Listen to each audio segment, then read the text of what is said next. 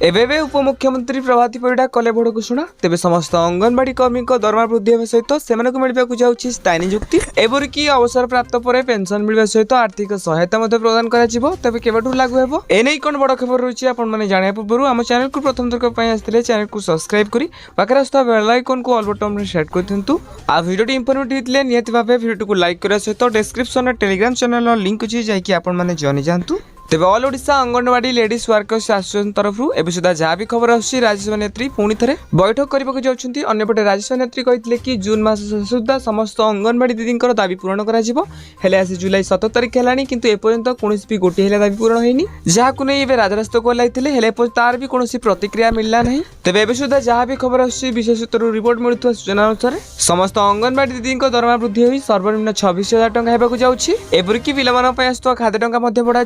अवसर प्राप्त पर पेंशन सहित आर्थिक सहायता प्रदान कर तब बहुत जल्दी होगा जाऊँगी एने उपमुख्यमंत्री प्रभाती परिड़ा खूब शीघ्र घोषणा करने जाऊँगी तेज आपने सर्वप्रथम जानापी आम चैनल को सब्सक्राइब करूँ आ हाँ ये वीडियो कौन देखते निहत भाव कमेंट बॉक्स में कमेंट करूँ।